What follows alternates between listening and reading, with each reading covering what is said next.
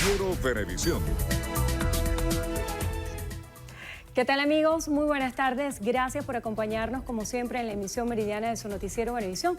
Son las 12 del mediodía con 2 minutos, Milagros. Gracias, Gendrina. Así es, ya estamos listos para presentarles las informaciones más importantes ocurridas hasta esta hora. Comenzamos.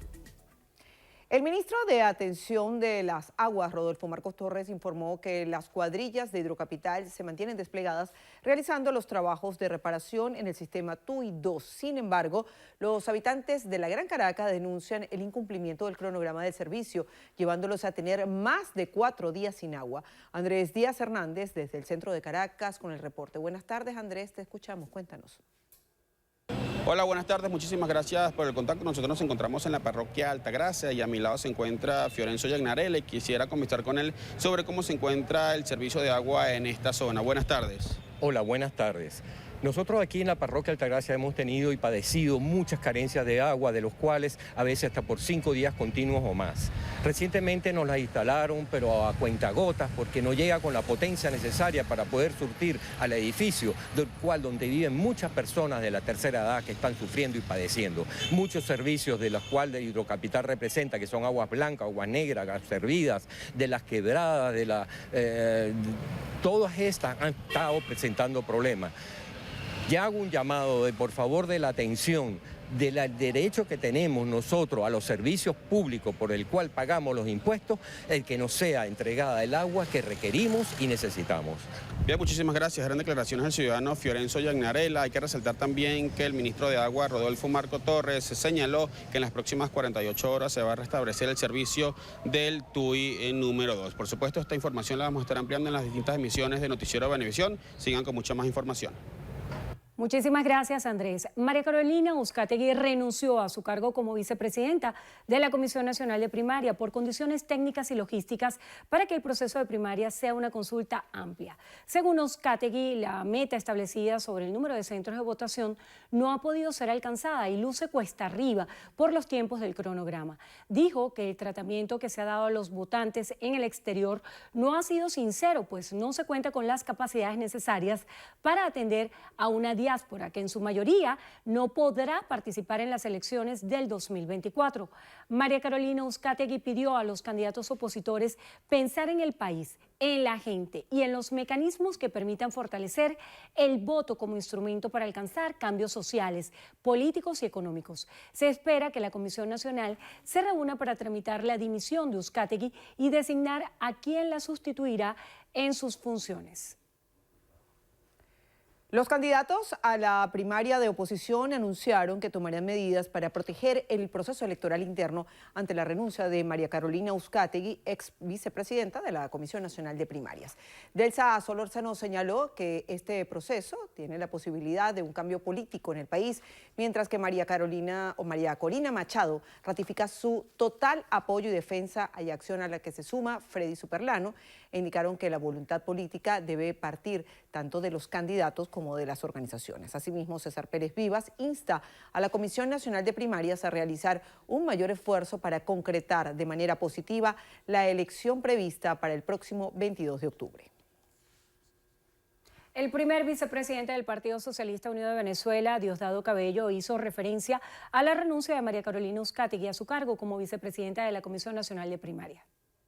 Pero ¿qué es lo que ocurre ahí en esa comisión de primaria? Que ellos le van a echar la culpa, ¿vale? A ellos le van a echar la culpa. ¿Quién se empeñó? Vamos a inscribir los 8 millones de venezolanos que están en el extranjero. ¿Quién era que decía eso todos los días? La Sayona. ¿Y cuántos se inscribieron? 200.000, de los cuales 50.000 ya dijeron que no pueden votar. Cabello adicionalmente recordó que los candidatos opositores que están inhabilitados no podrán participar en las presidenciales del 2024. El Ministerio de Comercio activó la aplicación Monitor Nacional de Precios que permitirá a fiscales de la Superintendencia Nacional para la Defensa de los Derechos Socioeconómicos SUNDE recolectar en tiempo real el monitoreo de precios en los establecimientos comerciales del país. El ministro de Comercio, Antonio Morales, explicó que la aplicación ayudará al Ejecutivo Nacional a mantener vigilado el mercado, logrando estabilizar los precios y propiciar el acceso a bienes y servicios en igualdad de condiciones. Aseguró que se evitarán posibles delitos delitos socioeconómicos tipificados en la Ley Orgánica de Precios Justos, medir el comportamiento de precios en alimentos priorizados, así como los respectivos habladores en los anaqueles, y la tasa oficial cambiaría establecida por el Banco Central de Venezuela. El presidente de Fedecámaras, Adán Celis, manifestó su rechazo sobre un nuevo modelo de regulación de precios a productos que se encuentran actualmente en el mercado. Ya eso está bien sabido, está cansado de decir que cada vez que hay regulación de precios implica escasez. Regulación de precio implica escasez. Lo que hay que hacer es que haya más productos. Por eso que nosotros decimos, vamos a incentivar que venga más inversión, que haya más producción de productos para que los productos bajen. Volver a ese esquema es absolutamente un error. Yo creo que eso no va a pasar de ahí, de ese anuncio que se ha hecho, porque todo el país está bien convencido. Usted apenas habla de regulación de precios, sale todo el mundo a comprar. Estas declaraciones fueron realizadas por Celis luego de que la Superintendencia de la Defensa de los Derechos Socioeconómicos anunciara la posible ejecución de esta medida. Para el abogado tributarista Leonardo Palacios, debe existir un diálogo abierto con todos los niveles de gobierno y el sector privado para fortalecer la producción nacional y evitar la evasión fiscal, así como el contrabando de alimentos y medicamentos. Palacios destacó que la recién aprobada Ley Orgánica de Coordinación y Armonización de las Potestades Tributarias debe vincular sin distinción a las cámaras de comercio e instituciones regionales con todos los niveles de gobierno central, regional, municipal y local. Por ejemplo, del ministro de Comercio, que se ha reunido con todos los sectores y está upando la discusión con todos los sectores de manera abierta, escuchando ideas, haciendo propuestas interesantes. Ya el cambio de la SUNDE en algunos aspectos han existido cambios, entonces lo que se trata es simple y llanamente de hacer viable la institucionalidad democrática, ya no la empresarial, que todos los sectores hablen. Eso es lo que en definitiva requiere para una recuperación económica inmediata. El abogado tributarista afirma también que pagar impuestos es necesario para que se retribuyan en bienes y servicios. Sin embargo, considera que es alta la alícuota de 6.5% que establece la normativa para la banca. La banca tendría una tasa efectiva más o menos sobre ingresos brutos de aproximadamente 11,5%, 6.5%, que es el máximo que establece la ley orgánica de armonización, más el 5% de la ley de bancos, que establece que las instituciones financieras están obligadas a pagar hasta un 5% de sus ingresos brutos con un destino a la comuna. Eso sigue siendo un tributo atípico que está oculto bajo la concepción de aporte.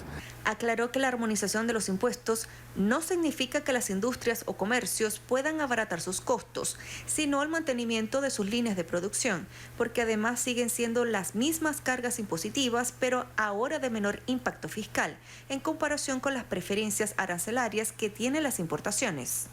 El especialista destacó además que es necesaria una ley de sinceración fiscal para los contribuyentes que por causas ajenas incumplieron con sus cargas impositivas entre los años 2019 producto de la interrupción del servicio eléctrico nacional y luego por la pandemia del COVID-19 y el confinamiento. Diana Vázquez, Noticiero Venevisión. Representantes de las cámaras empresariales y de comercios de La Guaira junto a la gobernación iniciaron el debate de la ley de armonización tributaria. Durante el encuentro se dieron a conocer las líneas del nuevo reglamento que, según el Poder Legislativo, disminuye la cantidad de impuestos que se deben pagar. De ponerles al día sobre las ventajas que para los contribuyentes esta ley representa y anunciar que inicia el periodo de 90 días para que estados y municipios adapten sus ordenanzas y sus leyes en materia de tributos, tasas y contribuciones a esta nueva ley. La representante de la Cámara de Comercios de La Guaira, Cipriana Ramos, espera que esto mejore la operatividad de los comerciantes. En esas dos vertientes, más allá de del mismo contenido de la norma, y bueno, tenemos que reunirnos con el Consejo Legislativo y con el Consejo Municipal para definir entonces cómo van a ser los parámetros de aplicación en la región de esa norma que es una ley nacional. El secretario de Economía de la Gobernación de La Guaira, Marcos Meléndez, destacó que las cámaras legislativas y municipal tienen 90 días para adoptar su normativa tributaria. Desde el Litoral Central, Orlefran Amaya, Noticiero Venevisión.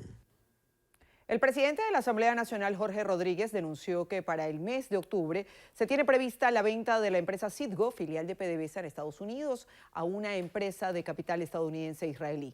Durante su intervención, el diputado Rodríguez aseguró que existe una comunicación emitida por Carlos Jordá, nombrado en 2020 presidente ejecutivo de Citgo, con el opositor Juan Guaidó, en la que se informa de la venta. Él era el CEO de la empresa Delek Estados Unidos. Y la empresa Delek Estados Unidos es subsidiaria de la empresa Delek Israel, una empresa petrolera propiedad del señor Yishhab Shuba, israelí, perteneciente al lobby judío y sionista en todos los espacios de poder de los Estados Unidos de América. Este delincuente era presidente de una empresa petrolera israelí en los Estados Unidos.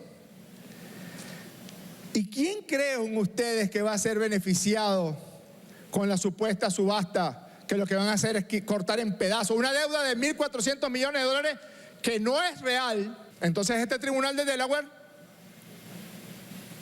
le dice, no, tiene razón, el procurador de Guaidó, Hernández, y le pide al ladrón que proceda a informar a su personal que en 3 meses venderán Citgo. ¿Y quién la va a comprar? Delek, Estados Unidos. Jorge Rodríguez también instó a los integrantes de la plataforma unitaria a solicitar la devolución de la empresa Citgo. El presidente electo de Paraguay, Santiago Peña, indicó que está dispuesto a pagar la deuda de combustible que su nación tiene pendiente con Venezuela desde el año 2009. Peña enfatizó que los mecanismos de financiamiento están en discusión, aunque se encuentran predispuestos a que los 300 millones de dólares sean saldados con las condiciones acordadas en el año 2009, las cuales indican un financiamiento de 15 años a una tasa del 2%. Asimismo, el mandatario paraguayo estima que las diferencias que mantienen ambos países con este asunto se resuelvan lo antes posible en el proceso de arbitraje que tramita la Cámara de Comercio Internacional de ese país. El Gobierno Nacional recibió a una delegación del Foro de Países Exportadores de Gas y de la Organización Latinoamericana de Energía, OLADE. El encuentro fue encabezado por el ministro de Petróleo, Rafael Tellechea, quien aseguró que vía Twitter que mantuvo distintas reuniones tanto con el secretario general del Foro de Países Exportadores de Gas, Mohamed Amel, así como el secretario ejecutivo de la OLADA, Andrés Rebolledo Smith-Mans. Tellechea aseguró que juntos promueven la complementar entre diferentes fuentes de energía como un factor estratégico global. Además afirmó que seguirá trabajando en función de la integración energética de América Latina y el Caribe. Durante la primera semana de julio se registraron 4 femicidios en el territorio nacional, esto según un informe de la organización no gubernamental Centro de Justicia y Paz. La ONG detalló que durante esta semana también fueron registrados 5 femicidios en grado de frustración. Ante esto, la organización advirtió que actualmente el país no cuenta con un sistema nacional de estadísticas que refleje la cantidad y la causa de los casos, así como los avances en las investigaciones y sanciones ante estos hechos. Asimismo, la ONG alertó que las mujeres no cuentan con una política de prevención y protección ante las distintas formas de violencia basadas en el género y además enfrentan múltiples obstáculos para acceder al sistema judicial. El Ministerio Público imputó a los 33 hombres que fueron detenidos este fin de semana en una redada en un local de Valencia. La Fiscalía imputó a los implicados en el caso por los delitos de ultraje al pudor y agavillamiento, y a los encargados del establecimiento se le agregó el delito de contaminación sónica. Esto puede dar cabida a pie a que sigan este tipo de allanamientos, este tipo sin orden judicial y sin fiscal presente, y poder poner en escarnio público a cualquier persona de la comunidad LGTBIQ+. Una vez imputados, los detenidos recibieron medida cautelar sustitutiva de libertad. Presentaciones periódicas cada 30 días y que tienen que estar pendientes de su juicio. Ellos van a estar normalmente en libertad y solamente vamos a estar en trámite para lograr demostrar su inocencia total, plena y cabal para tener un sobreseimiento completo. La Fiscalía también solicitó la confiscación del establecimiento Avalon en Carabobo. Randolfo Blanco, Noticiero Venevisión. La Arquidiócesis de Caracas anunció la expulsión del sacerdote Enrique Alaña Morillo. A través de un comunicado, el cardenal Baltasar Porras detalló que luego de realizarse una investigación previa y de haber cumplido el debido proceso administrativo penal interno de la Iglesia Católica, fue declarado su dimisión al Estado clerical por disposición de la Santa Sede. El cardenal Porras concluyó su comunicado explicando que Alaña Morillo ya no es sacerdote católico. El INAMED estima que las lluvias continuarán en las próximas horas con descargas eléctricas en buena parte del país, mientras que varios estados sufren los estragos del mal tiempo. En Bolívar, más de 70 familias se vieron afectadas por el desbordamiento de ríos y quebradas. Los vecinos del sector Algarrobo aseguran que debido a la falta de canalización del río, cada vez que llueve sufren las consecuencias. Estamos siendo afectados por la creciente del río Buenavista, donde por el día de ayer con las lluvias creció extremadamente, haciendo estrago en pozos sépticos. Las casas están agrietadas. Estamos afectados bastante. Quienes habitan en este sector se mantienen preocupados por la proliferación de enfermedades. Nuevamente se desbordó el río, causando estragos. Hay niños con escabiosis, paludismo, dengue. Y esperando una pronta respuesta. Los habitantes de la comunidad explicaron que esta situación data desde octubre del año pasado y que hasta ahora no han recibido respuesta por parte de las autoridades. Desde el estado Bolívar, Enderson Pérez, Noticiero Venevisión. Más de 10 zonas al oeste del estado Cojedes se encuentran incomunicadas tras el colapso de un puente. Héctor González se encuentra en el lugar y desde allí nos amplía toda la información. Adelante, Héctor, buenas tardes. Sí, muy buenas tardes, gracias por el contacto. Ha llovido muy fuerte en las últimas 48 horas, ocasionando el colapso del puente de servicio en el sector Los Colorados de San Carlos. Varias comunidades están afectadas, vamos a escuchar testimonios. Como eso era como de película, como el puente se movía en la punta del puente. Eso hacía como un terremoto, algo así de película. Y nosotros comentando lo que estaban ahí, mira, vamos a quitarnos de aquí porque eso es un peligro. Ese puente no va a amanecer acomodado, mire, y amaneció en el suelo. La caída del puente, eso se podía esperar porque ya las bases se están socavando hace tiempo. Y falta de mantenimiento también. Y vuelta el puente normal. ¿Tienen problemas las bases del puente? Sí, eso son unos gatos así que hace tiempo que lo pusieron ahí. Pero sí, nos afecta a todo. Primero por el transporte y segundo pues la caída del puente. La crecida del río Tirgua también ocasionó problemas de inundaciones en viviendas de sectores como Valle Hondo, La Medinera, la Colonia Agrícola, Barro Negro, entre otras. Con esta información nosotros vamos a devolver el pase a los estudios desde el estado Cojedes.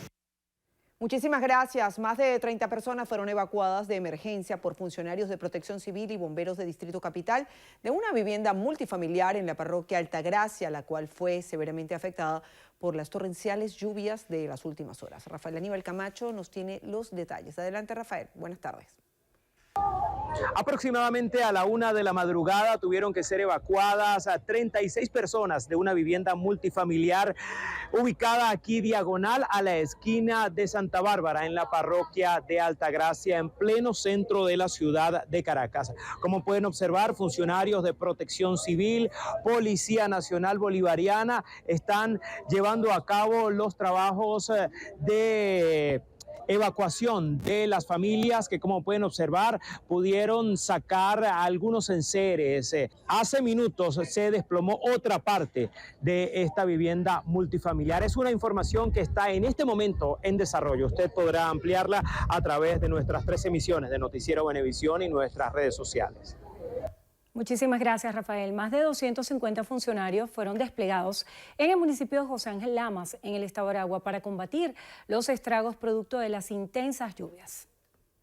El mandatario municipal informó que varias zonas sufrieron anegaciones. Destacó que los organismos de seguridad se mantienen prestando atención a las comunidades y realizando las labores de monitoreo permanente de los principales afluentes. No es fácil para un familiar tener agua en sus hogares, pero ahí estamos de la mano con ellos, hemos visitado a algunos vecinos, hemos visto la pérdida de algunos enseres tan importantes, pero ahí estamos con ellos, estamos brindando lo que es la limpieza, el mantenimiento de las avenidas y calles de nuestro Santa Cruz de Aragua. Resaltó los trabajos del Plan Prelluvia 2023, ya que gracias a estas labores preventivas de limpieza, principalmente del dique Aragua, se logró minimizar el impacto de las precipitaciones. Todavía nuestras calles y sectores estuvieran anegados. Sin embargo, se puede ver con total normalidad la corriente, la afluencia del agua a través de nuestros ríos y canales. Entonces es importante decirlo, repito, aplaudo el Plan Prelluvia 2023 efectuado en nuestro municipio. El alcalde mencionó que entre los sectores vulnerables más afectados se encuentran La Arboleda, Surupey, Federico Lamadrid y Los Manguitos. En Aragua, Alejandra Triana, Noticiero Venevisión. Noticiero Venevisión continúa dando espacios a los candidatos que participarán en la elección primaria de la oposición. Seguiremos conociendo sus propuestas económicas. En esta oportunidad, Andrés Caleca, César Pérez Vivas, Tamara Adrián y César Almeida. Dígalo ahí, elecciones primarias. Tenemos que hablar con los organismos multilaterales, con el Fondo Monetario Internacional, con el Banco Mundial, con el Banco Interamericano de Desarrollo, el Club de París, el Club de Roma, lo que sea. Mientras tanto, ir recuperando la economía, ir recuperando trabajo, ir recuperando el poder adquisitivo para que el país pueda producir el milagro de su recuperación. Nosotros tendremos que ir ordenando la casa para entregarla, después que termine ese periodo presidencial, entregarla en paz. Mi primer objetivo es buscar elevar el salario de los trabajadores y las pensiones y jubilaciones. Para eso es fundamental organizar la administración pública, todo lo que tiene que ver con empresas públicas y empezar su transferencia al sector privado. En tercer lugar, devolverle la propiedad de la tierra a los agricultores y ganaderos de Venezuela para que tengan una base económica con la cual acudir al sector financiero y poder resolver todo lo concerniente al financiamiento de la agricultura, abrir la economía al turismo, al comercio y a la industria. Somos el segundo país más pobre de América Latina. Sin financiamiento bancario y sin eliminación de barreras es imposible que vengan nuevas inversiones. También tenemos que hablar de los servicios, pero el tema económico, financiamiento, apertura de nuevas inversiones. En consecuencia, hay un problema estructural. Y por ende, para resumir la respuesta, tú no puedes decir que es una acción. Es un conjunto concertado de al menos 50 acciones. La primera acción que haríamos estaría enfocada en el Plan Nacional de Siembra Extensiva. Y eso viene dado por el simple hecho de que tenemos que reactivar el sector agrícola de manera inmediata, que es lo que de manera súbita nos puede dar ciertos recursos económicos. Nosotros no podemos depender de un producto importado para asegurar lo que es la seguridad alimentaria, valga la redundancia, aquí dentro de nuestro país. Dígalo ahí, elecciones primarias. 12 del mediodía con 26 minutos. Amigos, momento de hacer nuestra primera pausa. Al regreso, información internacional con Estefanía Yambalbo en lo que pasa en el mundo. No se aparten, ya venimos.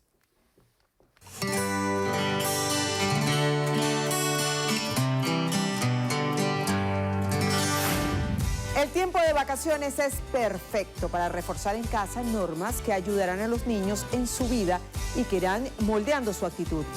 Saludar, agradecer, sonreír, ser amables son códigos de comportamiento que se expresan a través de frases y acciones, las cuales utilizamos a diario en la interacción con otras personas y demuestran buena educación. Hola. Buenos días. Buenas tardes. Buenas noches. Muy amable. Muchas gracias. Disculpe, por favor. Enseñar a los hijos normas de cortesía facilitará su desempeño, demostrará buena educación y permitirá formar jóvenes amables y buenos ciudadanos. La educación comienza en casa. Chao. Hasta luego.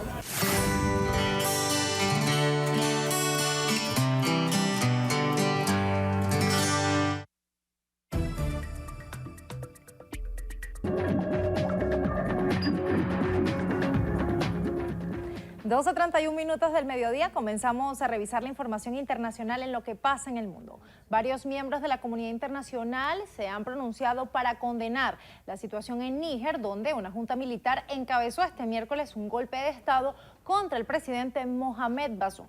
Mientras, la comandancia militar de las Fuerzas Armadas de ese país anunció su adhesión a estos golpistas para evitar un baño de sangre. El ejército explica que con su decisión se dicta por el afán de preservar la integridad física del mandatario y su familia y evitar una confrontación mortal entre las diferentes fuerzas.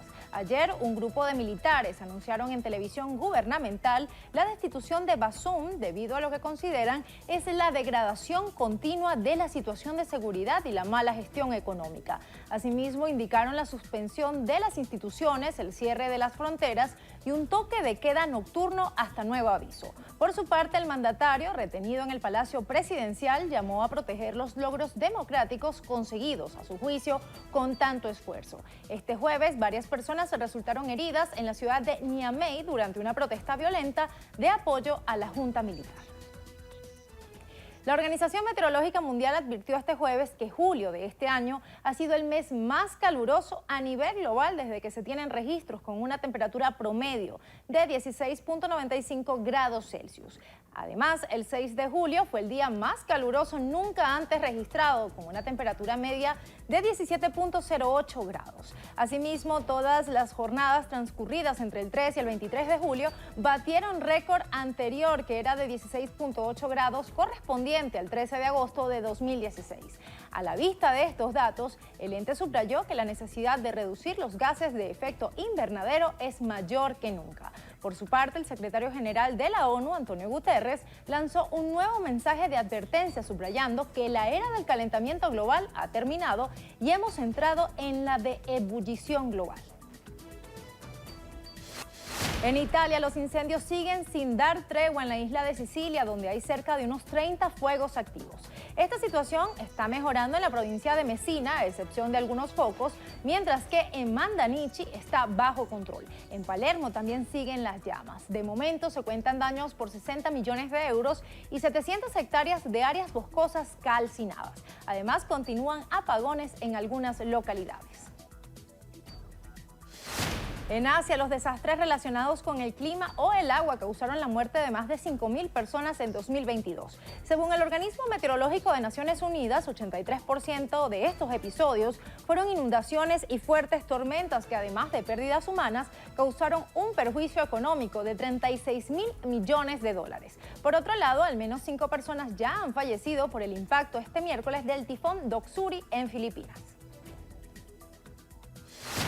En Brasil, 7 personas fallecieron y 12 resultaron heridas tras una explosión en una caldera de un silo en una cooperativa agrícola en Paraná, al sur del país. Mientras, los equipos de rescate aún buscan a una persona declarada como desaparecida, al tiempo que lograron rescatar con vida a otro hombre. El siniestro destruyó la unidad central de recepción de granos por causas aún no identificadas. Y en Países Bajos, el fuego declarado en un carguero de vehículos cerca de la costa de la nación aún no se ha extinguido. Sin embargo, el barco sigue a flote en la misma posición y el incendio no ha empeorado desde ayer, cuando el salvamento marítimo evacuó a la tripulación en un suceso en el Mar del Norte que dejó un fallecido y 22 heridos. La Guardia Costera indicó que pueden pasar varios días antes de que se extingan las llamas y existe el temor de que la embarcación zozobre y se hunda. En Perú, una alianza integrada por el fujimorismo, otros grupos de derecha y el partido autodenominado marxista Perú Libre ganaron la presidencia del Congreso. De esta forma, la mesa directiva estará liderada por Alejandro Soto. Esta elección se realizó cuando el Parlamento cuenta con cotas mínimas de aprobación ciudadana y se han reactivado las protestas que piden, entre otras cosas, su cierre. En El Salvador, el Congreso aprobó reformas a la ley contra el crimen organizado para aumentar las penas para los cabecillas de las pandillas. De esta forma, la sentencia máxima pasará de 45 a 60 años de prisión. Asimismo, una de las medidas autorizadas establece que los detenidos en el contexto del régimen de excepción podrían ser agrupados para ser sometidos a un solo proceso penal. Esto facilitaría a los jueces dictar sentencia de forma más rápida y evitar que miembros de estas estructuras delictivas salgan en libertad. Regresamos a Estados Unidos, donde el senador republicano Mitch McConnell protagonizó un momento que generó preocupación al quedar paralizado repentinamente durante unos 20 segundos en plena rueda de prensa en el Capitolio. McConnell, de 81 años, pareció congelarse y luego se alejó con ayuda. Minutos más tarde regresó a la conferencia. A la pregunta de si la situación se debía a una lesión a principios de año, cuando sufrió una conmoción cerebral, McConnell respondió con un tajante "estoy bien". Más tarde, un asesor indicó que este se sintió mareado y que se apartó por un momento. Y Hunter Biden, hijo del presidente de Estados Unidos Joe Biden, retiró su declaración de culpabilidad por delitos tributarios que había acordado con los fiscales al no tener garantizado que se pueda librar de todos los cargos. La decisión la tomó luego de que una jueza pusiera en duda la validez del pacto por el que reconocía no haber declarado al fisco sus ingresos de 2017 y 2018. A su vez, el acuerdo incluía la renuncia de la fiscalía a llevar a juicio a Biden por poseer un arma de fuego pese a tener problemas de adicción. En Australia, las autoridades debieron sacrificar a las 43 ballenas piloto que quedaron varadas junto a otras 54 que ya fallecieron en la víspera en una playa del suroeste del país. Equipos de rescate, veterinarios, expertos y 250 voluntarios lograron remolcar a las supervivientes a aguas profundas, pero horas después el grupo volvió a quedar varado. Tras evaluarlas, confirmaron que mostraban signos de rápido deterioro. Indicaron que el operativo no fue tan bien como esperaban, destacando que ese no era el resultado deseado.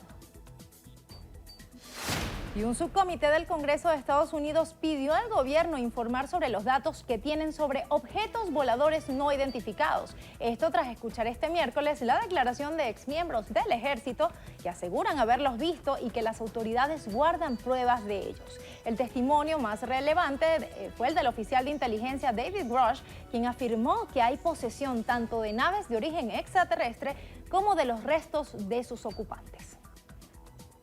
En junio, las exportaciones reflejan los efectos combinados de la sequía, menores precios internacionales y problemas logísticos puntuales en la industria automotriz.